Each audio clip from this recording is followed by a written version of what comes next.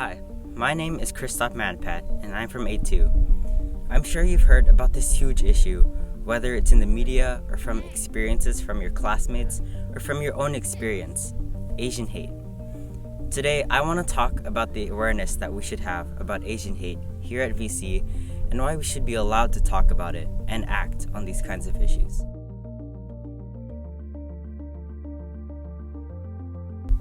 First part, what is Asian hate and the statistics? Asian hate is the discrimination against people of the Asian community. That includes verbal and physical assaults, abuse, violence, and mockery.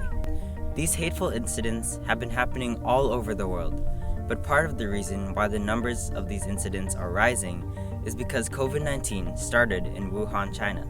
This has led to prominent political figures mocking and belittling the pandemic, calling the virus the China virus or the Wuhan flu. This ignorance has been a factor that has significantly increased the amount of hate towards Asians. Microaggressions have also been increasing, from mocking Asian accents to squinting your eyes to making them smaller. The amount of hate going around, not only in just Canada or BC, but in Vancouver, is really frightening. In a report from the Vancouver Police Department, Vancouver had a 717% increase in hate crimes in 2020 compared to 2019. Because of this, many Asians feel vulnerable and unsafe. To combat this rise in Asian hate, there is a new movement called Anti-Asian Hate, or Stop Asian Hate. This movement is saying that we should all stand together to end discrimination and violence, and is aiming for equality and respect for all ethnicities. And it's bad enough out there, but the Asian community has to feel safe, at least to talk about it in VC. And if we want a general change in society, we have to start somewhere. Part 2, Misconceptions. My experiences in VC have made me realize that there are a lot of misconceptions about the issue of Asian hate and the anti-Asian hate movement. Here are some of them. Misconception number 1. Asian hate and anti-Asian hate is controversial.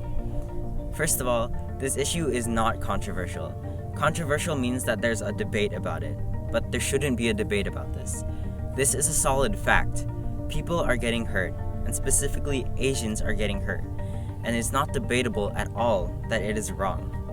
Misconception number 2.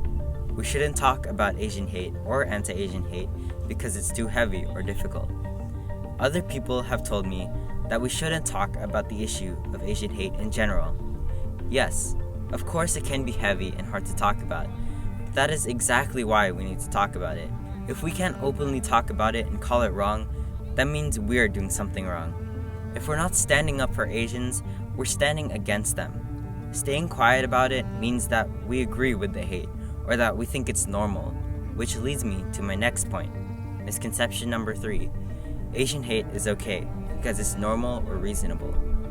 COVID-19 started in China. There's no doubt about that. But this virus didn't have to be associated with Asians in the first place. Calling it the China virus is really rude, and we shouldn't be attaching an ethnicity or location to this virus. Misconception number 4.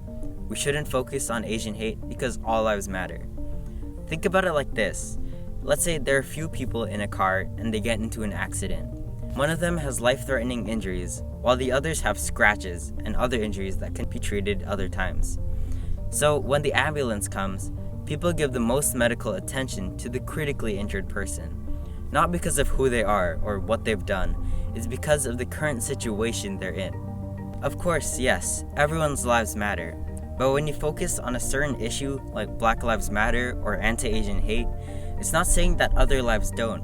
It's just giving more attention to a group of people that need help due to the current life-threatening situations of systemic racism, and in this case, discriminatory violence. And it's not just Asians being involved in an attack, it's Asians being targeted against solely because they're Asian. If us Asians say that it's okay to other people, then they'll think it's okay and continue to spread that hatred to others. This is why it is so important to spread awareness about this topic, and not just let this remain until we all forget that it was important in the first place. Misconception number 5. If it doesn't affect me, then it doesn't matter. Even some Asians don't feel like they have to care, and everyone should, no matter their race. Not everyone has COVID-19, but we still wear masks, social distance, and recognize the importance of it.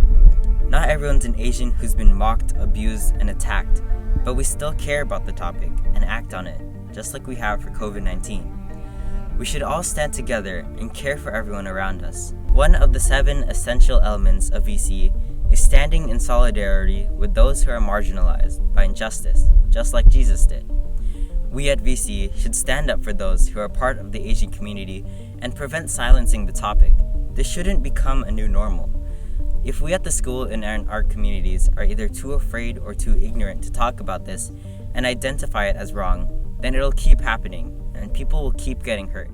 Before we can actually do anything to stop the discrimination, people have to know about it and be willing to talk about it as well. Take a look at this video, which explains the situation from the point of view from the Asian community.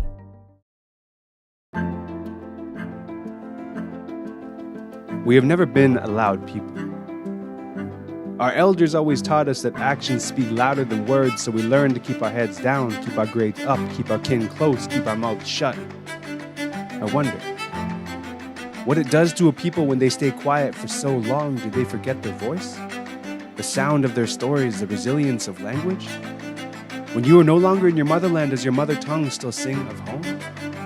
What work songs lifted our spirits as we built the railroad? What prayers did we whisper as they sent us to camps in the mountains to meditate on all the ways we don't belong to this country?